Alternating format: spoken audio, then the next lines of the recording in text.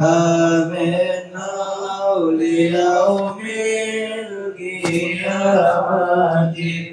وبالمصطفى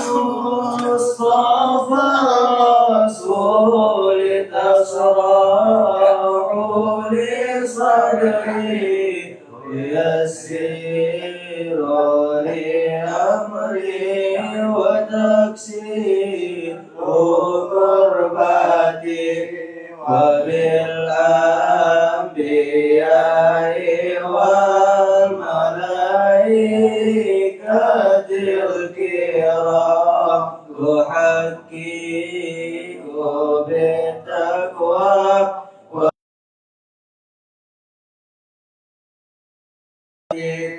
بهم وبالأولياء تلقوني بهم وذريتي وسعتي وعشيرتي اصرف عني كل بحقهم وشر ذي شر من انس وجنة بفضلك بشرني لحسن الخواتم وبالرحمة ادخلني بدار الإقامة عليهم من المولى صلاة وتسليم ورضوان استجب إلهي مناجاتي إلهي بجاه الأنبياء والملائكة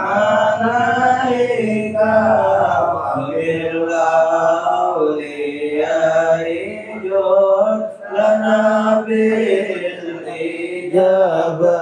الفاتحة تعالى أن الله تعالى يقضي حاجاتنا ويقبل دعواتنا ويشرح صدورنا ويسر أمورنا في الدين والدنيا والآخرة ويفتح علينا فتوح العارفين ويشفي أمراضنا عاجلا غير آجل ويحفظنا من آفات الدارين والشياطين والجنة والناس أجمعين ويرزقنا بالرحمة في الحياة الدنيا وبعد الممات ويغفر لنا ولوالدينا ويرحمنا ويرحمهم كما ربونا صغارا ويجعلنا أولادنا وذرياتنا من أهل العلم وأهل الخير وأهل الرزق وأهل القرآن ويرزقنا رزقا حلالا طيبا كثيرا مباركا واسعا من غير تعب ولا مشقة ولا ضير. الفاتحة على هذه النية ولكل نية صالحة وإلى حضرة النبي محمد صلى الله عليه وسلم وعلى آله وأصحابه وأزواجه وذريته لأرواح والدينا وأمهاتنا وجدادنا جداتنا وعمامنا وعماتنا إخواننا وأخواتنا وشيخنا ومعلمنا في الدين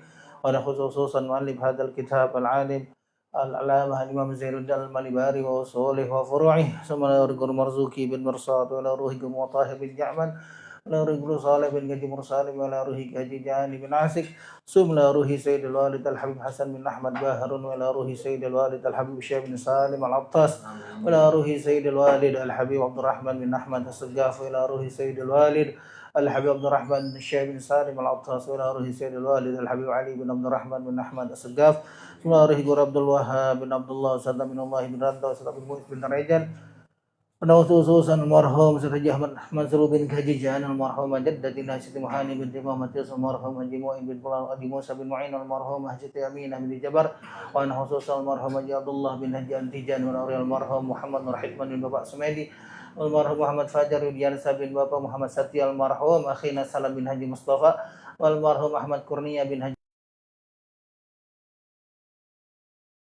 Arifin bin Haji Ali, almarhumah Ibu Siti Rashidah binti Abdul Raud, almarhum akhina Reza Hamarul Iman bin Syihabuddin, almarhum Ivan Ramadhani bin Aditya, almarhumah Hajjah Samizar Samin binti Haji Muhammad Samin wa usulihim wa furu'ihim, wal arwahil marhumin almarhumat khususan Ummi Haji Siti Marwiyah binti Haji Usam rahmatullahi wabarakatuh.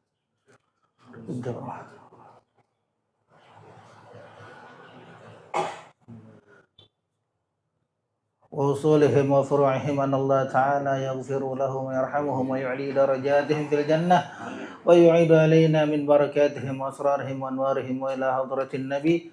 الفاتحة. بسم الله الرحمن الرحيم. الحمد لله رب العالمين الرحمن الرحيم مالك يوم الدين. إياك نعبد وإياك نستعين اهدنا الصراط المستقيم صراط الذين أنعمت عليهم غير المغضوب عليهم ولا الضالين آمين. الرحمن الرحيم. اللهم صل وسلم على سيدنا محمد الفاتح لما أغلق والخاتم لما سبق الناصر الحق بالحق والهادي إلى صراطك وعلى آله وصحبه حق قدره ومقداره.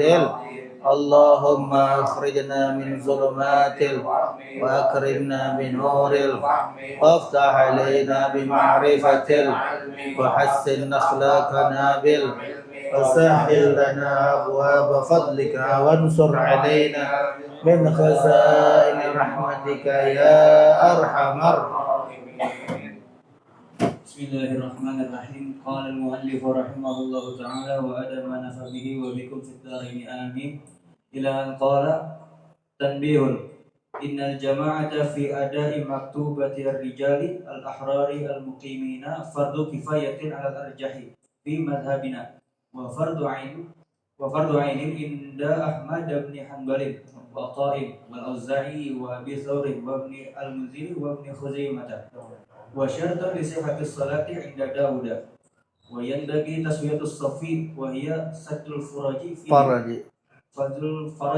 fihi wa isma musaffi wa itma mustafi al-awwali fal awwali fa taswiyatuhu mustahabbun malik as-safi wa mustahabbun fi tahdiyatil jama'ati wa syartun li naili fadliha wa salatu man tarakaha sahihatun 'ala as-sahih lakin jazama Ibnu Huzamin biwujubiha wa bibutlanin salati tarikiha wa adamu musabaqatul imami bi raf'ir ra'si aw qiyamin aw huwi qablahu fa musabiqatuhu makruhatun 'alal murajjahi wa yusannu al-'audu ila al-imami in kana baqiyan fi hadzal rukni wa haramun 'ala ma jazama bihi ba'dul mutaakhirina wal iktina'u bil wuqufi fi as-saffil awwali fal muhafazatu 'alaihi awla min al-mubadarati ila al-ihrami idrakir ruku'i ma'al imami fi qira'atil akhirati far'un bindabu qat'un nafilatin wa qalbu faridatin maddatin naflan li khawfi fawti jama'in. Bismillahirrahmanirrahim. Qala al-muallifu rahimahullahu ta'ala wa adama naf'a bihi wa bikum fid dharain amin. Tanbihun, hadza tanbih, ini adalah satu peringatan. Innal jama'ata fi ada'i maktubatir rijalil ahraril muqimina fardu kifayatin 'alal arjahi. Sesungguhnya salat berjamaah itu, jamaah itu di dalam salat yang ada dan salat-salat yang fardu itu untuk laki-laki yang merdeka, yang dia mukimin, hukumnya fardu kifayah atas kaul yang unggul di dalam mazhab kita, mazhab Imam Syafi'i. Jadi fardu kifayah. Kalau sudah ada yang sholat berjamaah, alhamdulillah selamat kita orang. Kalau nggak ada musola, nggak ada masjid, nggak ada sembahyang berjamaah, dosa kita semua satu kampung. Namun di sini wa fardu ainin 'inda Ahmad bin Hanbal wa Fa'i wal Auza'i wa Abi Thawr wa Ibn al-Munziri wa Ibn Khuzaimah. Dan menurut pendapat Imam Ahmad bin Hanbal dan Imam Atha dan Imam Auza'i dan Abi Thawr dan Ibn al-Munzir dan Ibn Khuzaimah, salat berjamaah itu hukumnya fardu ain, sama kayak salat Jumat. Kalau kita salat Jumat dan fardu ain. Kalau ini semuanya salat maktubah, salat 5 waktu, menurut pendapat Imam Ahmad bin Hanbal hukumnya fardu ain, wajib, perorangan khitabnya.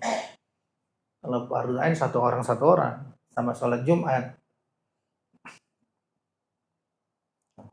Kalau kita begini, sholat Jumat kadang ada yang segan, apalagi tiap hari sholat berjamaah. Wa syartun li sihhatis salati 'inda Daud. Dan ada juga pendapat ulama, sholat berjamaah itu syarat dari sahnya sholat. Kalau nggak berjamaah nggak sah. Imam Daud Al-Ghafiri. Itu syarat sahnya sholat. Kalau sembahyang sendiri nggak sah. Kalau sembahyang sendiri sholat 5 waktu nggak sah. Ini menurut Imam Daud Al-Ghafiri. Jadi dia sholatnya berjamaah 5 waktu. Wa yanbaghi taswiyatus shaffi wa hiya saddul farji fihi wa itmamus shaffil awwali fal awwali. Dan selayaknya, seyogianya menyempurnakan shaf, meluruskan shaf, dan juga menutup kerenggangan-kerenggangan atau kekosongan-kekosongan pada shaf, serta menyempurnakan shaf yang pertama. Jadi taswiyatus shaf, meluruskan barisan, dan juga menutup kekosongan-kekosongan yang ada di shaf-shaf yang depan.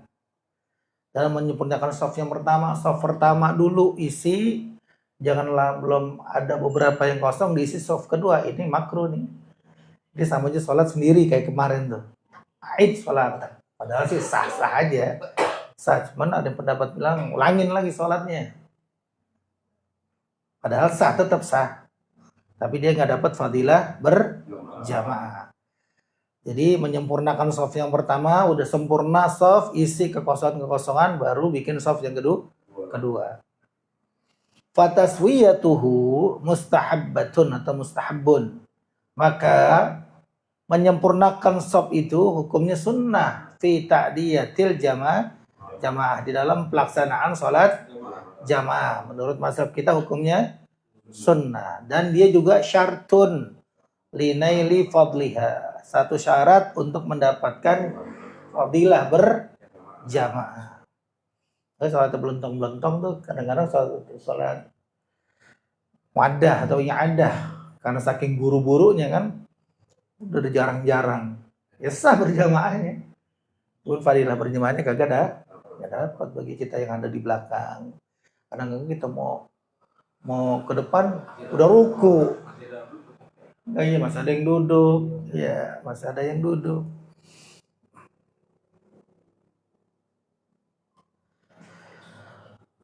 Wa salatu man tarakaha sahihatun alal asahi. Dan salat dan orang yang meninggalkan menyempurnakan shaf, meluruskan shaf, itu hukumnya sah.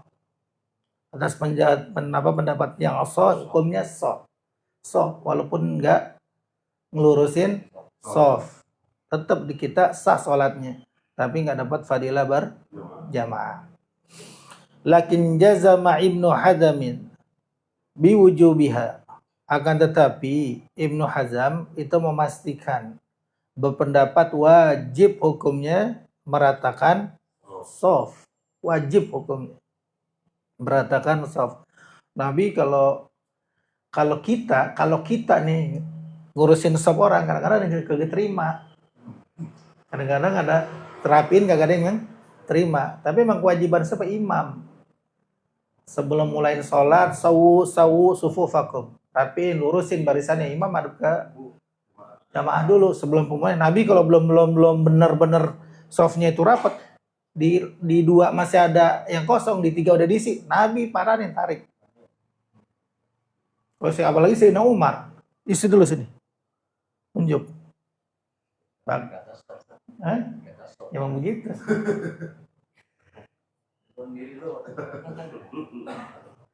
Orang pernah Nabi pakai pedang. Salatuhum kasufufi fil qital. Kasufufihim fil qital. Salat kalian seperti barisan-barisan kalian ketika perang. Ayo, rapetin.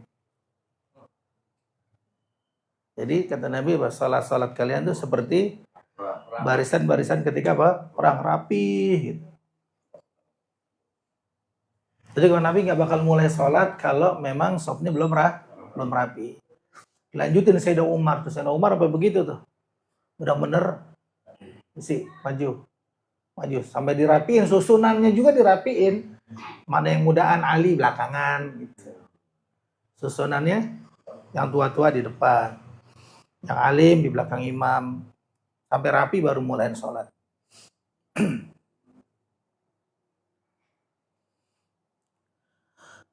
Makanya Ibnu Hazm berpendapat wajib hukumnya menyempurnakan shaf dan meluruskan shaf. Wa bi butlani salati tarikiha, dan batal hukumnya salat jika tidak orang yang tidak mau merapikan shaf menurut Ibnu Hazm. Kalau kita sah-sah aja berjamaah walaupun gak rapi shafnya, belentang-belentang, cuman percuma nggak dapat fadilah berjamaah. Wa adamu musabaqatil imami bi raf'ir ra'si wa qiyamin aw huwiyyin qablahu. Dan tidak selayaknya tidak mendahulukan imam. Baik mendahulukannya itu dengan mengangkat kepala duluan dari ruku, bangun i'tidal duluan dia, atau berdiri duluan dari sujud, berdiri duluan atau turun qablahu, dari berdiri ruku duluan sebelum imam. Nah, kalau kita Ibnu Hajar Al-Haythami, gurunya pengarang Fathul Mu'in, atau gurunya ini pengarang kitab Irsyadul Ibad, fa musabaqatuhu makruhatun alal murajjah. Jadi mendahului imam itu hukumnya makruh, tapi setengah rukun. Imam belum ruku, kita ruku. Baru setengah rukun. Kita bangun dari ruku, udah satu rukun haram, kata Ibnu Hajar. Bangun dari ruku udah satu rukun. Rukun apa yang udah ditinggal? Rukunya udah sempurna kan? Udah sempurna bangun, berarti ini satu setengah. Ini udah bangun dari satu nih ruku. Berdiri lagi satu setengah. Begitu kita sujud baru turun, berarti sudah dua. Ngedahuluin imam sengaja dua rukun berturut-turut, hukumnya batal. Jadi kalau Imam Ibnu Hajar segini duluan dia, imam masih berdiri, makmum ruku, ini hukumnya makruh. Bangun hukumnya haram. Baru turun, imam masih tetap dalam keadaan berdiri, batal. Tapi Imam Romli segini aja udah haram. Baru setengah rukun udah haram. Jadi kemarin kan dibilang itu bisa jadi dirubah nanti mukanya jadi keledai. Wa yusannul audu ilal imami in kana baqiyan fi hadzal rukni. Dan di sunnah hukumnya balik kepada imam. Misal kita udah duluan nih, atau imam masih berdiri. Nah, kita sunnah tuh makmum hukumnya balik kepada imam jika imam itu masih berada di rukun tersebut, masih berada di qiyam,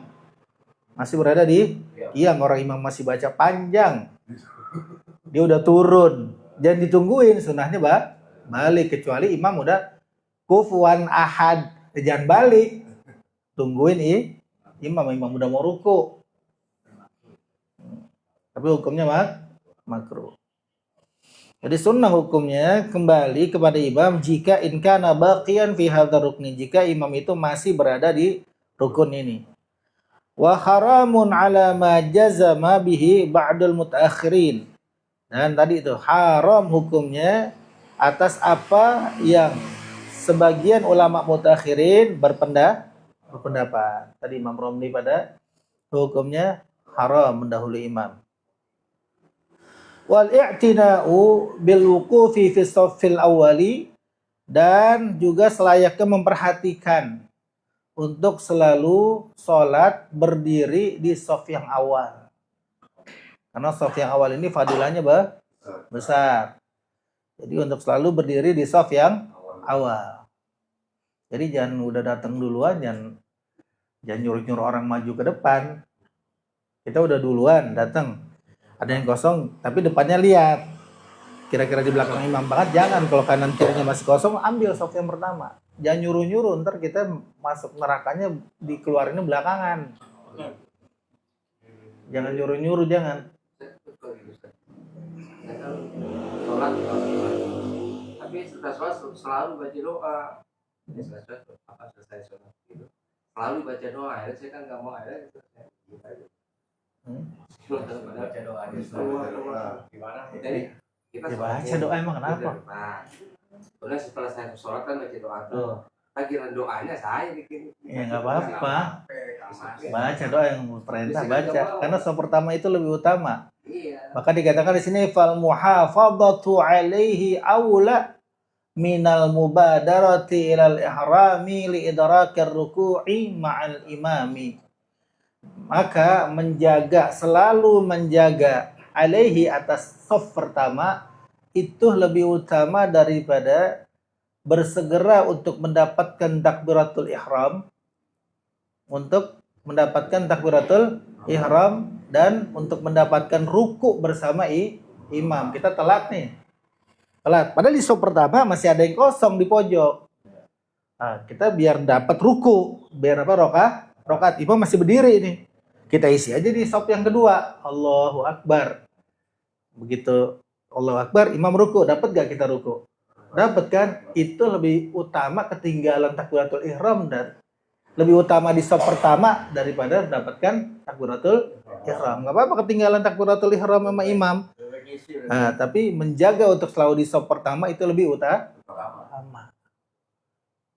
Mungkin biar misalnya kita nih datang, wah imam udah baca kuliah. Dia saf pertama misalnya masih ada yang kosong, isi saf pertama itu lebih utama ketimbang kita mendapatkan rakaat. Kecuali fi ghairi rakaatil akhirah. Selain di rakaat imam udah rakaat 4. Imam udah rakaat 4 kan, kalau 4 enggak ketahuan bacaannya. Kita ngisi rakaat pertama, enggak dapat ruku sama imam. Berarti nanti kita nambahnya 4. Nah, itu kalau rakaat terakhir kita mendingan dapat ruku atau takbiratul ihram. Paham enggak tuh? Sayang besar fadilahnya rakaat di saf pertama perkara doa aja Pak.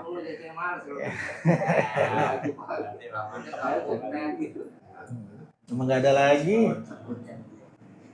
Jadi menjaga di saf pertama itu lebih utama daripada bersegera untuk takbiratul ihram agar mendapatkan ruku bersama imam, kecuali di rakaat terakhir. Far'un, ini ada satu cabang masalah. Yundabu qat'un nafilati. Disunnahkan memotong atau memutuskan sholat sunnah. Jadi begitu kita misalnya sembahyang qabliyah, udah tahu datangnya picik, sempit datangnya. Orang udah pada rakaat kedua. Kita baru datang, kita sholat qabliyah. Dan bukan tahiyatul masjid qabliyah. Tahu-taunya udah qomat. Lah kita rakaat pertama aja belum selesai. Ketimbang kita ketinggalan takbiratul bersama imam, salat berjamaah, disunahkan putus salat sunnah untuk mendapatkan takbiratul ihram bersama imam. Wa qalbu faridatin muaddatin naflan, dan juga disunnahkan membalik salat fardu yang sedang ditunaikan menjadi salat sunnah. Kita mau sembahyang di masjid, gak ada temennya, sembahyang zuhur nggak ada temannya, udah sembahyang zuhur sendiri dah. Begitu dapat di satu rakaat setengah udah lagi tidak tahu-tahu ada orang sembahyang berjamaah zuhur. Nah, kalau tadi sholat sunnah diputus, tapi sekarang ini kita lagi sholat wajib, berubah niat menjadi sholat sunnah. Walaupun tadi kita niatnya sholat zuhur 4 rakaat, berubah niat mah di mana aja. Kalau lagi tidak, agar kita kedapatin sholat berjamaah, kan fadilahnya lebih besar berjamaah. 27 ini enggak 1. Begitu kita lagi tidak, sajaku aku sholat sunnah. Gua pas ruku pas i'tidal sujud, duduk sujud tahiyat akhir salam udah. Jadi jangan dihabisin ke 4 rakaat. Jangan 2. Kan sholat sunnah dua. Rubah. Jadi ngerubah sholat fardu menjadi sholat sunnah. Saja kok sholat sunnah 2 rakaat. Udah. Oh, jangan diomongin di dalam hati. Ya niatnya lagi tidak. Niat lagi tidak. Lagi sujud. Niat dari situ. Rubah nih. Niat. Nanti jadi 2 rakaat salam. Biar dapat sholat berjamaah. Karena ilahnya pali khawfi fauti jama'atin. Karena khawatir keluputan sholat berjamaah. Di mana aja udah kita lagi sholat sendiri nggak ada temennya atau ada yang sholat berjamaah. Hatta 3 rakaat udah 3 rakaat berarti tinggal nambah 1. Kalau udah sholat sunnah ya udah baca bacaan yang wajib tak usah, baca bacaan yang sunnah tak usah. Disegerain biar dapat sholat berjamaah. Apa tuh? Ya. Tapi yang fardunya dirubah niat jadi sunnah, ya. Kalau itu selesai, ya namanya ente sholat berikutnya secara berjamaah ya udah sunnah. Tadi udah sholat wajib, walaupun sendiri. Sholat yang berikutnya ya ada namanya ngulang. Hukumnya sunnah. Faslun. Hadza faslun. Ini adalah satu fasal. Syurutul iktidai tentang syarat-syarat menjadi makmum. Enggak usah mikirin bayang dapat fadilah 27 derajat. Tak usah ada kita mikirin ke situ dulu. Syarat kita menjadi makmumnya sah apa enggak? Syarat bermakmumnya ini sah apa enggak? Itu yang mesti dipikirin. Makanya di sini katakan syurutul iktidai. Syarat-syarat iktida. Syarat-syarat menjadi syarat sahnya menjadi makmum. Pertama ada mutaqaddumihi ala imamihi bi'akibin. Yang pertama, makmum tidak boleh mendahulukan imamnya dengan tumitnya. Tumitnya imam tuh kalau dilewatin sama makmum namanya makmum di depan nih. Gak sah udah sholat berjamaahnya.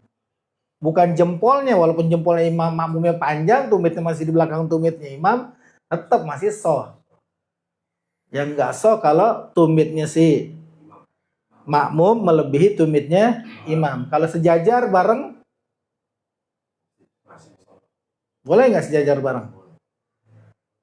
Berdirinya imam sama makmum tumitnya bareng, sejajar. Hah? Ya, yang penting nggak di depan. Kalau sejajar hukumnya makruh. Kalau di depan batal sholat berjamaahnya. Kalau sejajar hukumnya makruh. Banyak yang boleh bareng sama imam. Yang kita boleh bareng sama imam. Ada 5 yang boleh bareng sama imam. Pertama, ketika kita bareng sama imam, hukumnya haram, berdosa, lagi batal. Apa tuh sholat ngebarengin imam? Yang hukumnya haram, berdosa, lagi batal sholatnya. Fatihah bahkan wajib.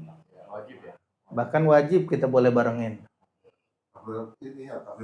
Takbiratul ihram. Imam kita bareng. Allah, imamnya bar, kitanya juga bareng bar.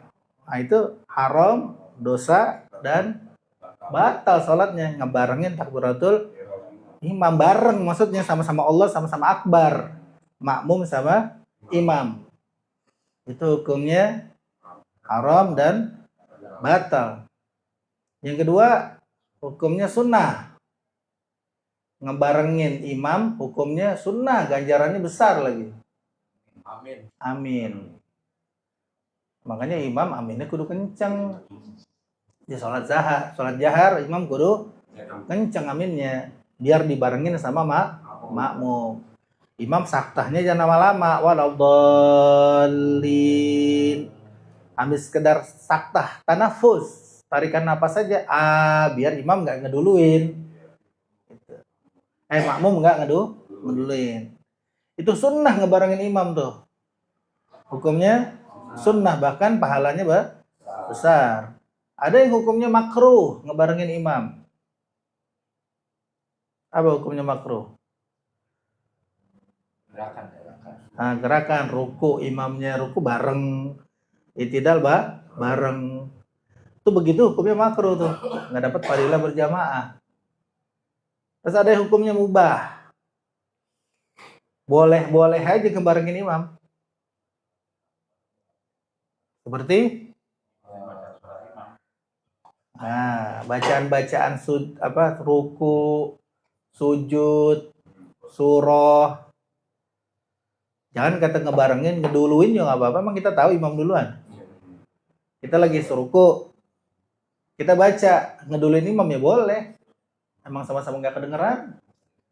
Sujud, jangan kata bareng, ngeduluin aja boleh. Tapi kalau surah nggak boleh. Terus berapa tadi itu? Haram, sunnah, makruh, mubah, wajib.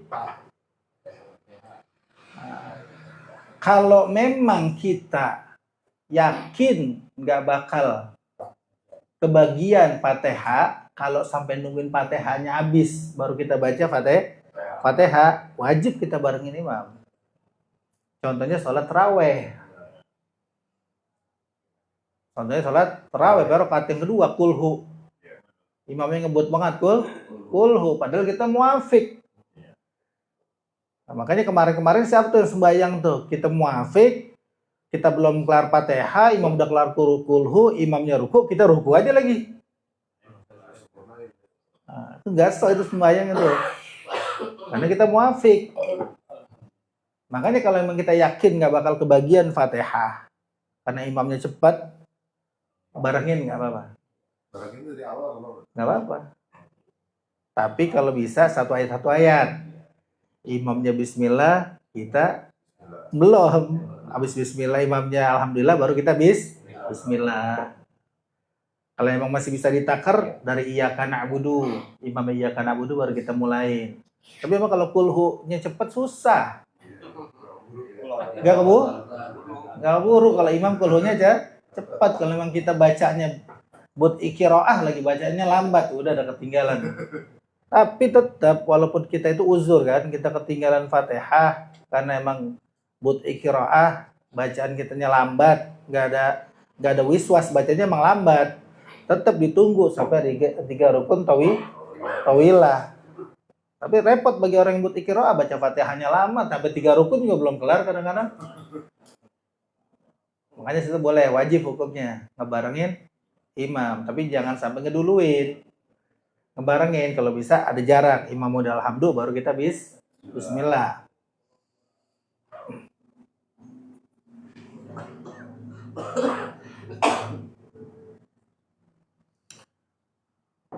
Terus syarat sahnya menjadi makmum wa niyatul iktida'i bil imamil hadiri ma'a taharrumin.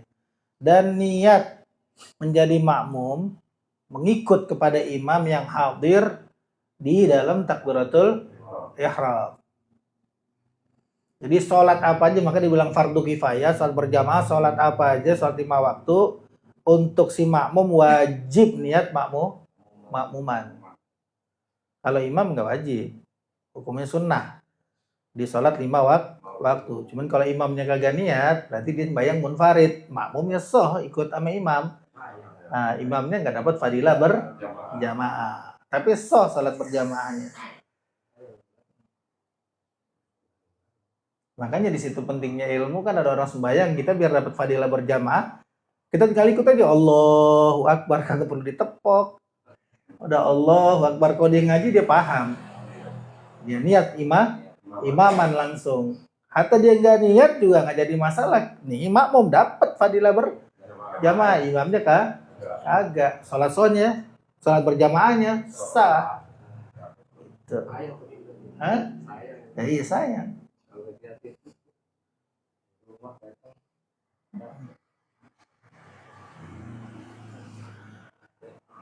Wasyurita berarti ya. Wasyurita fi jumu'atin niyatu imamatin ma'ahu.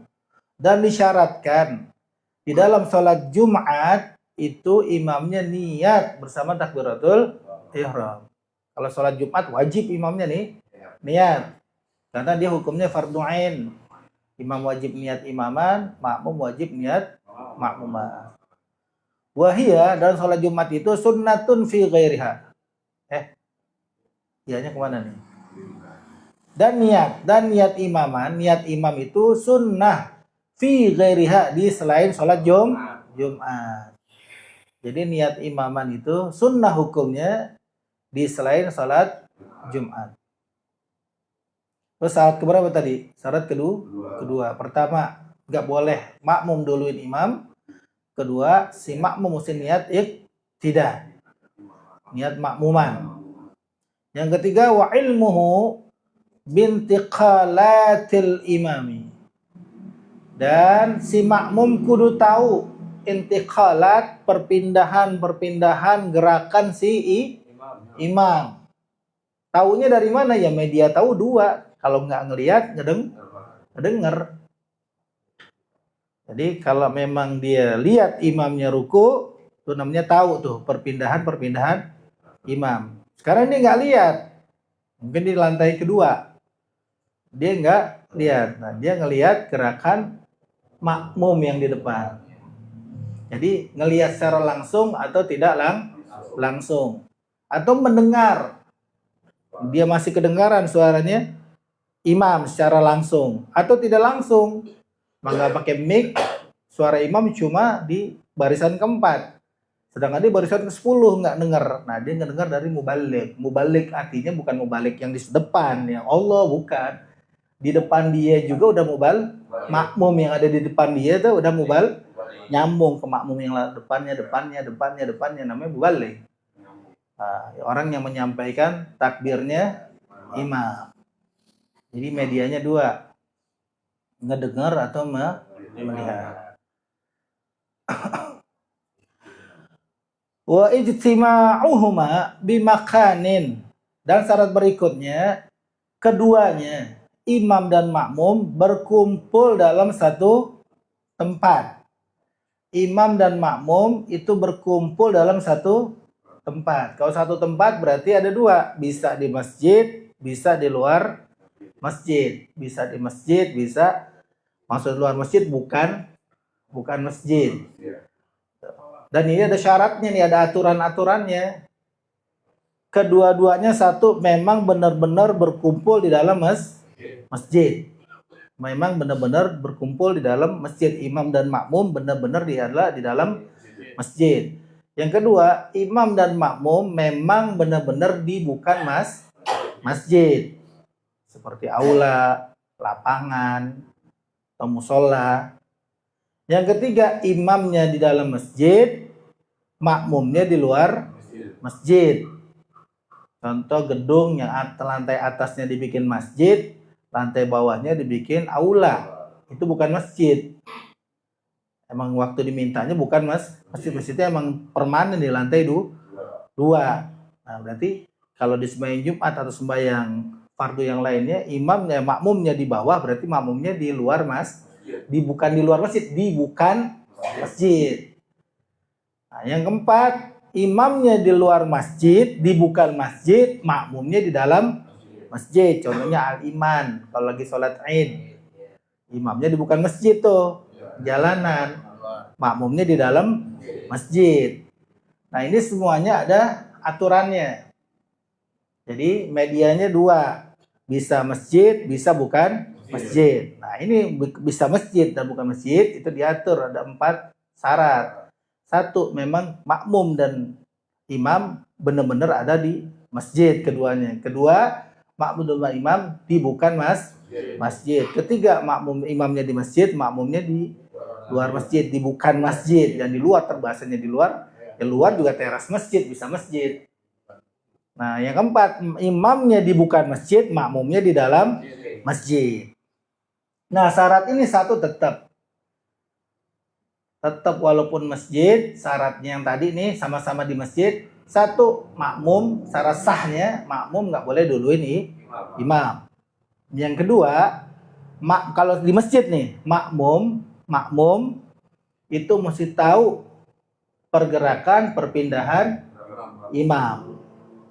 Nah, syarat yang ketiga, makmum ketika dia mau menyamperin imam di masjid, walaupun lantai 1 atau 2 lantai, ketika si makmum ini mau nyamperin imam, dia tetap dalam keadaan jalannya itu jalan sederhana, nggak nunduk, nggak lompat.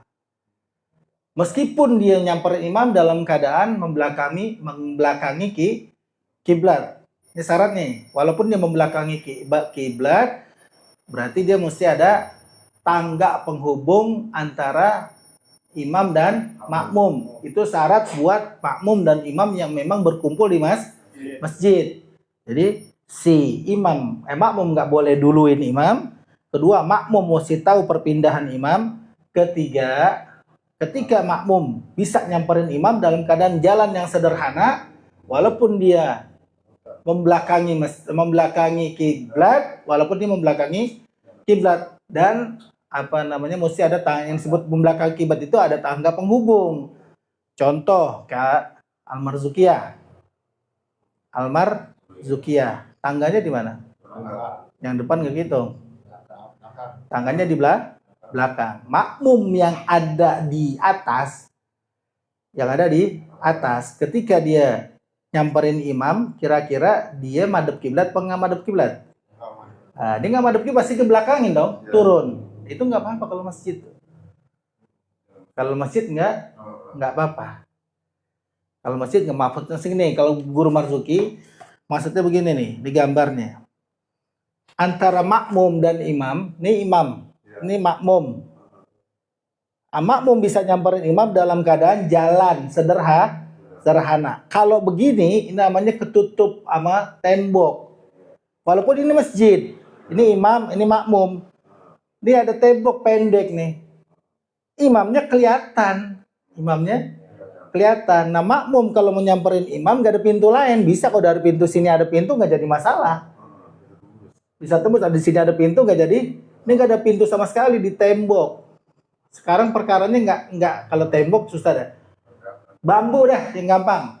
Dari ujung sini ke ujung sini taruh bambu. Nah kalau dia nyamperin imam dalam keadaan lompat atau nggak sah nih walaupun masjid. Makanya saya bilang kayak apalagi musola, ibu-ibu sembahyang. Ini kan musola luar bukan masjid. Ibu-ibu sembahyang, taruhnya ibu-ibu di belakang. Nanti kasih tirainya dari ujung ke ujung. Ya enggak? Dari ujung ke ujung. Kalau masjid nggak jadi masalah. Depannya ada pintu. Pintu sampingnya masih ini musola. Kalau nggak ada pintu ya walaupun ibu-ibu ditutup pakai tali rapia jadi ikat dari ujung ke ujung, imamnya kelihatan. Enggak sah. Enggak sah. Kalau masjid masih sah sebab depannya ada pintu samping, dia masih bisa lewat belakang. Ini perkaranya nggak ada pintu, tutup pakai tali rapia aja ibu-ibu. Ini gimana tutup pakai tirai abis? Hah? Ya ini ada pintu, buka dikit. Nah, buat satu orang yang bisa jadi penghubung, jangan apa? Kalau masjid mah kayak Al-Iman nggak jadi masalah, ada pintu masjid, ada pintu belakang. Kalau musola nggak bisa tuh, bukan masjid, ada penghalang namanya. Sama kayak gini juga. Ini ada pintu, cuma pintunya dipatri. Tutup permanen. Walaupun imamnya kelihatan, walaupun masjid nggak sah. Tapi kalau pintunya dikunci, digembok, tetap sah masjid. Bisa dibuka. Misalnya Al-Marzuqiyah, imamnya di dalam. Pintunya dikunci-kunciin. Nanti sebagainya di belakang.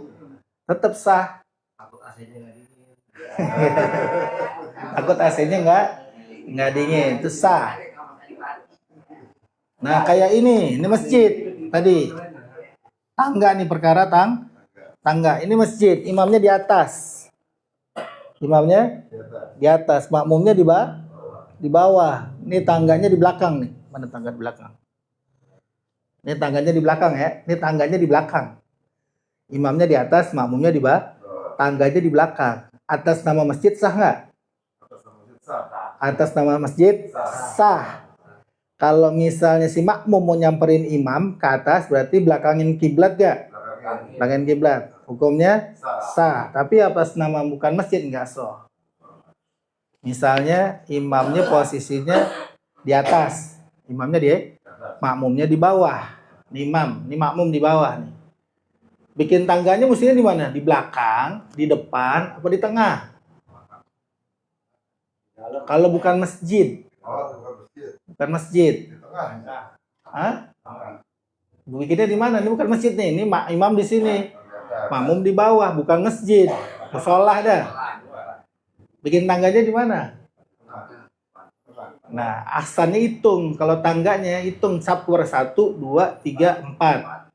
Bikin nih di depan 4 sap. Anak kaki tangga nih. Paling bawah berarti ukuran 4 sap.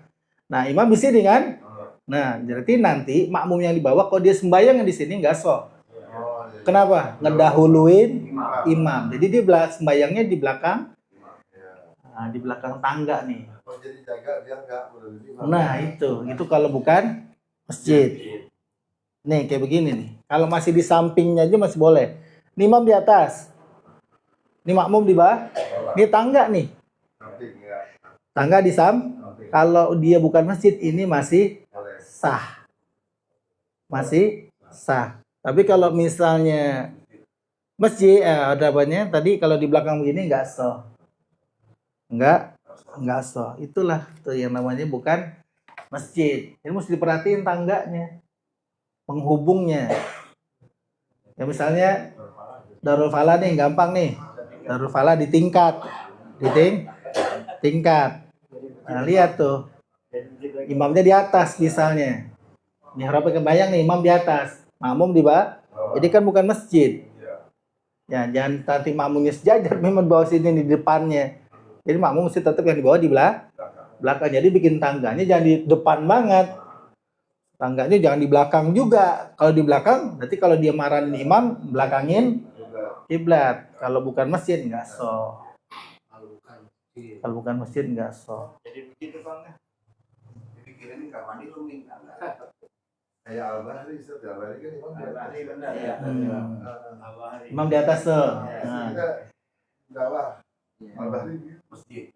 masjid, tapi tetap dia tangganya di belakangnya ya. Itu masjid. Masjid itu perkaranya musola, bukan masjid. Jadi dari syaratnya begini, kalau tadi masjid tetap syarat sahnya jadi makmum satu, si makmum nggak boleh dahuluin imam. Kedua, makmum mesti tahu pergerakan imam. Ketiga, ketika si makmum dia menyamperin imam dalam keadaan jalan yang sederhana, nggak maksudnya nggak ada penghalang, nggak lompat, nggak nunduk, pintunya nggak pendek, pintunya nggak. Kalau di pintu di masjid atau pintu pendek apa begini banget gitu. Nah itu namanya nggak jalan yang sederhana, tetap nggak sah tuh berjamaahnya. Nah, jadi dalam keadaan jalan sederhana dan meskipun dia lantai 1, lantai 2, tangganya itu menyebabkan jadi ketika si makmum marahin imam membelakangi kiblat tetap sah kalau di masjid. Kalau bukan masjid, ketika dia lantai 1, lantai 2, dia bikin tangganya ini ketika si makmum mau nyamperin imam membelakangi kiblat nggak sah. Nggak sah. Itu marahin imamnya dalam keadaan sholat apa? Cerita itu kalau kita menuju imam, jadi ceritanya harus imam. Kan ini imamnya kan kita nggak sejajar, nggak sama-sama di lantai 1. Di lantai makmumnya lantai 2, imamnya lantai 1. Kalau dia bikin tangganya ini bukan masjid, tadi kata dinyamper imam dia ngebelakangin kiblat, nah itu namanya nggak sah nih, nggak nyambung. Kagak. Nah, kalau masjid nyambung.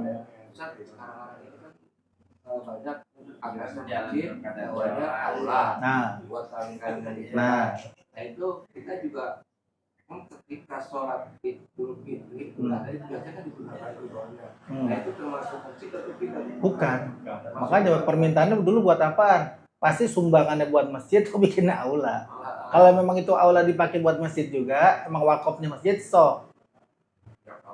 Kalau wakaf di masjid sah. Ya, tapi kan buat juga pasti ada itu yang namanya apa tuh? Yang namanya buat nikahan itu kan pasti ada ambil tunggal apa gitu kan. Iya, intinya kalau memang makanya dibilang kan kadang-kadang di bawahnya itu bukan masjid karena diisi buat musik-musik. Iya. Nah itu nggak sah tuh. Jangan kata itu. Ini benar-benar masjid lantai 1, lantai 2. Ketika ente sembahyang di lantai 2, itu hukumnya makruh. Kalau di lantai 1 masih kosong. Sembahyang Jumat isi dulu lantai 1. Begitu penuh Dua nih ente aman di lantai 2, padahal di lantai bawah masih kok itu makruh, nggak dapat fadilah berjamaah. Sebaliknya, misalnya imamnya di lantai 2, makmumnya di lantai 1, ketika lantai 2 masih banyak soft yang kosong, diisi lantai 1-nya diisi. Nah ini yang lantai 1 makruh, nggak dapat fadilah berjamaah. Buat sembahyang atas nama masjid. Nanti kalau bukan masjid ada jarak tuh. Masjid luasnya panjangnya 500 meter. 500, ini syarat berikut ini. 500 meter. Imamnya sendiri, gak ada siapa-siapa lagi. Pintu dikunci. Dia mau kita jadiin imam nih, kita di belakang sono. 500 meter. Pintu dikunci. Sah nggak? Berjamaahnya sah nggak? Jaraknya 500 meter. Tapi kalau musola itu mesti 300 ziro. Nggak boleh lebih dari 300 ziro. 1 ziro 50 senti. Kalau 300 berarti berapa? 150 meter. Musola 200 meter. Dikunci. Tapi masih ada pintu yang kebuka misalnya. Nah, kalau dikunci semua nggak bisa ketemu musola. Nggak nyambung. Nah, musola sembahyang sendiri deh. Nah, di 200 meter di belakang. Nggak karena mesti 300 ziro. Kalau atas nama masjid selain masjid nggak makanya bagi orang yang sembahyang di jalan-jalan lihat dulu, misalnya masjidnya tumpah nih keluar, nah, itu jaraknya dari mana tuh, sedangkan dia udah di jalanan kan tadi dibilang imamnya di masjid, makmumnya di bukan masjid, kayak di jalanan. Lihat jaraknya dari mana, bukan dari imam, dari ujung masjid dan makmum yang ada di situ. Iya, gak ada penghalang. Selagi masih ada makmum nyambung terus. Lihat dari situ, ujung masjid ada seorang di sini nih. Gak ada penyambung lain. Ente sembahyang di sono. Masih 100 meter. Itu kan bukan masjid tuh. Kelihatan nih makmum yang di belakang sini nih. Sah nggak? Sah, karena belum lebih dari 150 meter. Masih di jalan ada jalan raya. Ada pemisah. Ada jalan raya. Ada masjid sini. Saya udah pernah lihat masjid sini. Jalan. Tapi orang pada sholat di sini nih. Itu yang dia sholat masjidnya. Kadang di kampung ada juga masjid yang dia beli kalingan jalan, dia beli lagi di sininya masjid. Kalau memang atasnya masjid, dia dialingin sama jalan Ini masjid, ini orang sembahyang di sini, ini beli juga sama masjid nih. Masjid juga, lataran masjid, tapi kealingan sama jalan. Kalau jalan umum terus. Banyak orang pada sini di trotoar. Lebihnya dari 300 ziro. Dari ujung ya, dari ujung akhir masjid tuh, akap masjid. Lebih nggak dari 150 meter jaraknya? Nggak ada. Ya tapi masih ada makmum, masih ada di jalanan nggak? Masih nyambung, masih nyambung. Jalanannya ada. Di jalanan ada. Di jalanan enggak. Dia jalanannya itu aktif masih. Dia kan jalan nasional. Ya tapi kan belum sampai 300 zero ke 1 meter masih Makanya kalau di luar masjid jangan sampai lebih 300 zero 150 meter itu masih tapi kalau udah bukan masjid enggak lihatnya di jaraknya. Kebanyakan orang ngisi masjidnya masih kosong, jalanannya diisi. Masjidnya masih kosong. Ya makanya begitu, jangan sampai kita isi lantai atas dulu walaupun atas nama masjid, lantai bawah masih kosong, makruh hukumnya. Atau dibalik. Masjid imam di lantai 2, kita ngisi lantai 1. Ya kata alasan pegel kayak alasan gak kuat naik kayak mesti sejajar kalau bisa sama imam dapetin. Sedangkan itu gak selamat sembahyang berjamaahnya walaupun sah tapi nggak dapat fadilah berjamaah, nggak ada nilainya. Karena apa? Di atas saja masih kosong, udah isi di bawah. Hanya repotnya nih yang atas nama bukan masjid. Nah, itu yang repotnya panjang nih sebenarnya. Tadi sampai mana tuh? Nah, besok diulangin lagi dah. falau kana dari situ ya, falau kana fi bina'in wallahu subhanahu wa ta'ala.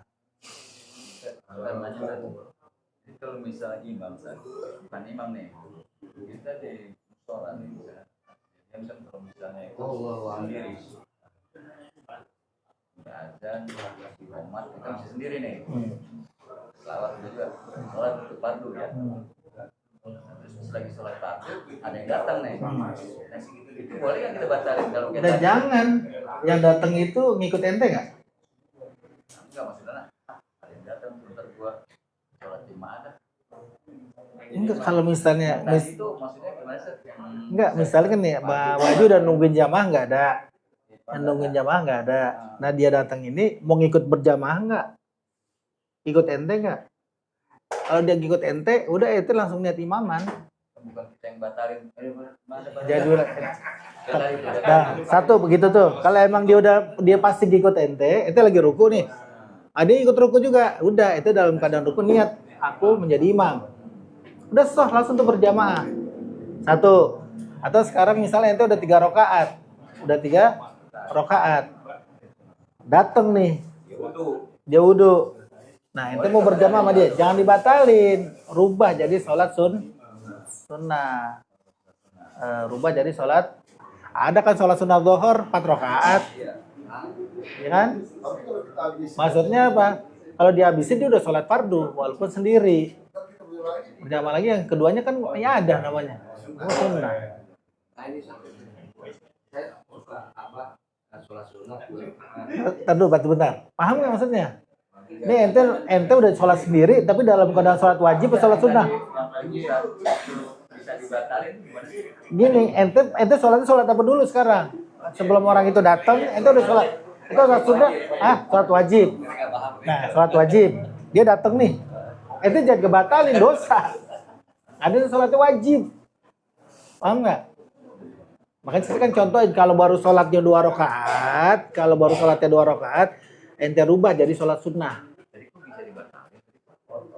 Kalau sholatnya sunnah. Kalau sholatnya sunnah. Jadi pas kita baru 1 rakaat, sholat rawatib, kita ngomong. Udah Batalin. Kalau sholatnya sunnah kan wajib, sholatnya wajib. Cara ngebatalinnya walaupun tadi niatnya udah 4 rakaat, baru 2 rakaat nih belum kelar. Misalnya ada yang dateng nih, mau sholat fardu bareng-bareng, ente lagi sujud, ente berubah sajaku aku sholat sunnah. Nanti jangan 3 rakaat udah lagi sujud kan, duduk atau sujud lagi langsung tahiyat akhir, salam, nah bikin lagi jamaah baru, sholat wajib berjamaah. Kan 3 rakaat, enggak kita tambahin lagi 1 jadi 4. Nah ini saya ngomongnya 2 bukan 3 rakaat. Iya, kan dia sholat 4 rakaat tadinya baru dapat 3 kita. Baru dapat 3. Ya kalau baru dapat 3 terusin 1 rakaat lagi, cuman rubah jadi sunnah. Biar nanti Kalau baru 1 rakaat, batalin 1 apa? ini wajib salatnya. Ada subuh juga. Ya subuh bisa. Yang masalah pasal. Sunnah kan kita batalin. Tapi batalnya jangan ngomel begitu. Ya, komat aja begitu. Kadang-kadang kita nih sudah komat, kita mesti sendiri nih. Datang maksudnya gitu. Bisa nggak itu kita batalin? Sunnah boleh. Sunnah boleh. Nggak boleh, kita rubah niat aja ya. Robah niat. Kalau baru 1 ya langsung robah niat sholat sunnah, berarti nambahin 1. Jadi 2 rakaat. Kalau dia mau bareng. Jalan nyamperin imam dia nanya dalam keadaan apa lah dia jalannya ya. Tadi lanjut ya. Ya dalam keadaan juga sholat. Iya. Ilustrasi toh. Seakan-akan misalnya imam itu Gini nih. depannya reganya yang kira-kira bikin jalan dan dia santai Harus lagi nggak sholat. dia nggak Itu nyambung. paham. Maksudnya tetangga yang belakang imam. Jalannya mendekati apa? Belakang kiblat, belakangi kiblat. Ngebelakangin kiblat. Haji. Iya, imam bikin belakang. Nih sekarang ini itu sebenarnya dalam Marzuki di lantai atas. Lantai atas. Habis kelar kira-kiranya mau ngajak imam ngopi nih. Ya enggak? Begitu teh balik mau turun tangga itu ngebelakangin kiblat enggak tuh? angin. Nah, iya itu kalau dibuka masjid nggak sah. Kalau anginnya itu dalam keadaan Ya kagak sholat. Nyamperin tadi panggilnya nyamperin imam bahasa jadi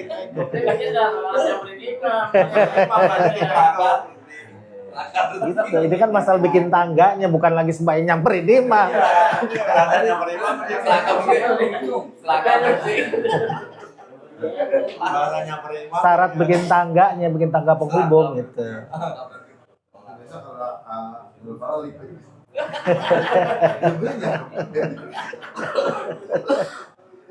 Makanya perhatiin musola-musola yang di luar-luar, lihat. Kalau misalnya lagi sembahyang dibikin acara gitu kan, lihat tuh tangganya. Perhatiin juga, karena sekarang kan orang yang dipanggil apa arsitek. Orang kan kalau mau bikin segala sesuatu yang panggil dua, kiai sama arsitek. Kalau arsitek seninya, nih kiai syarat sohnya berjamaah. Syarat soh berjamaah. Kayak musola-musola sekarang, ibu-ibu ditaruhnya di kanan di kiri. Sejajar makmum laki-laki. Ya enggak, kasihan tuh ibu tiap hari sholat gak dapat fadilah berjamaah, dan ibu taruh di belakang. Emang ibu susunannya di belakang, bukan di samping kanan, bukan di samping kiri. Mana buktinya? Itu buktinya ada Nurul Jalal. Jauh-jauh nih. Ajarah tulisan. Walaupun tembok. Nah iya, biar kata tembok masih jajar ibu-ibu. Emang susunannya kan ibu-ibu di belakang. Ya, kayak kemarin tuh yang kita praktek, tetap yang namanya ibu-ibu belakang. Hatta bini kita sembahyang berdoaan kagak di samping kanan, kagak di samping kiri, tetap di belakang kagak. Dia 1,5 meter 3 gitu, apa nggak 1,5 meter jaraknya kan, satu sop 1,5 meter kan, di belakang lagi juga kagak apa-apa ibu-ibu. Uzur gimana? Iya, dia masalah uzur tetap. Kalau musola nggak ada uzur, rombak.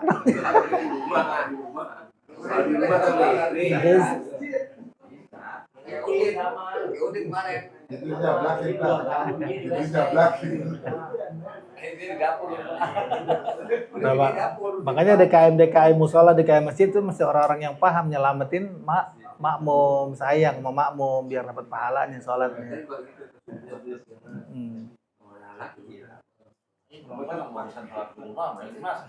Iya, mas sekarang begitu. Nah, emang kan cuma di Indonesia doang adanya langgar musola. Di negara mana tempat lain nggak ada. Emang sebutannya langgar. Zaman dulu langgar musola buat ibu-ibu ngaji. Surau tuh buat ibu-ibu ngaji, bukan buat ibu-ibu sholat, buat ibu-ibu ngaji. Akhirnya sekarang dijadiin tempat sholat buat laki-laki. Emang kudunya buat ibu-ibu ngaji di situ. Mau head kayak mau apa, emang dia agak apa-apa. Gitu. Makanya sekarang dibikin musola, tempat lain mah nggak ada.